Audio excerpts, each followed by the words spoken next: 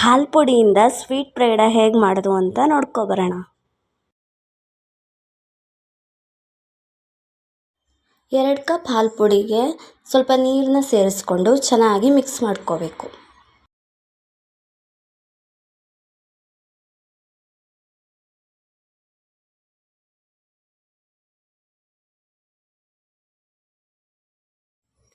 ಆಮೇಲೆ gas on ಮಾಡಿಕೊಂಡು ನಾವು 3 ರಿಂದ 4 ಚಮಚದಷ್ಟು ತುಪ್ಪನ ಸೇರಿಸ್ಕೋಬೇಕು.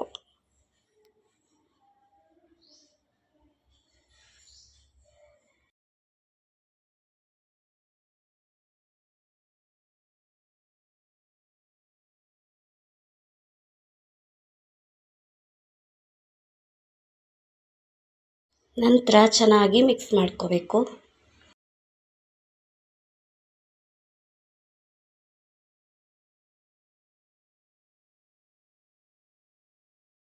ಆದಮೇಲೆ ನಾವು ರುಚಿಗೆ ತಕ್ಕಷ್ಟು ಸಕ್ಕರೆನ ಸೇರಿಸ್ಕೋಬೇಕು. ನಾನು ಇದರಲ್ಲಿ 1/2 ಕಪ್ ಸಕ್ಕರೆನ ಸೇರಿಸ್ಕೊಂಡಿದ್ದೀನಿ.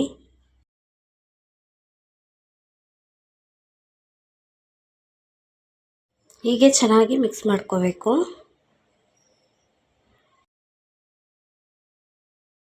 ಅದಾದಮೇಲೆ ನಾವು 1/2 ಲೆಮನ್ನ ಸ್ಕ್ವೀಸ್ ಮಾಡ್ಕೋಬೇಕು.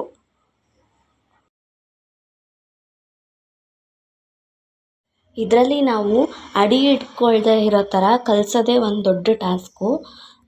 ನಾವು ಚೆನ್ನಾಗಿ ಮಿಕ್ಸ್ ಮಾಡ್ಕೋಬೇಕು ಕೈ ಬಿಡ್ದೇ, ಆಗ ಇದು ಚೆನ್ನಾಗಿ ಬರುತ್ತೆ. ಇಲ್ಲಾಂದರೆ ಅಡಿ ಹಿಡಿದ್ರೆ ಟೇಸ್ಟೇ ಚೇಂಜ್ ಆಗೋಗುತ್ತೆ. ಅದಕ್ಕೋಸ್ಕರ ನೋಡಿಕೊಂಡು ಚೆನ್ನಾಗಿ ಮಿಕ್ಸ್ ಮಾಡ್ಕೊಳ್ಳಿ.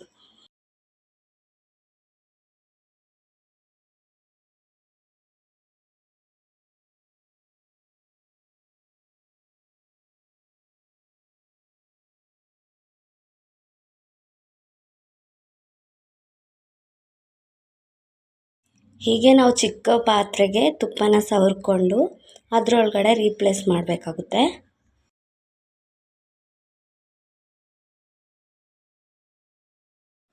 ಹೀಗೆ ನಾವು ಚೆನ್ನಾಗಿ ಸೆಟ್ ಮಾಡಿಕೊಂಡು ನಮಗೆ ಬೇಕಾಗಿರೋ ಡ್ರೈ ಫ್ರೂಟ್ಸಿಂದ ಅದನ್ನ ಗಾರ್ನಿಷ್ ಮಾಡ್ಕೋಬೋದು.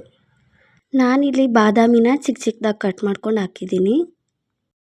ಅದಾದಮೇಲೆ ನಾವು 30 ಮಿನಿಟ್ಸ್ ನಾರ್ಮಲ್ ಟೆಂಪ್ರೇಚರಲ್ಲಿ ಇಟ್ಕೊಂಡು ಹೀಗೆ ನಮಗೆ ಬೇಕಾಗಿರೋ ಶೇಪಲ್ಲಿ ಕಟ್ ಮಾಡಿಕೊಂಡು ತೆಗಿಬೋದು. ಹೀಗೆ ನಮ್ಮ ಸ್ವೀಟ್ ಪೇಡ ರೆಡಿಯಾಗಿದೆ.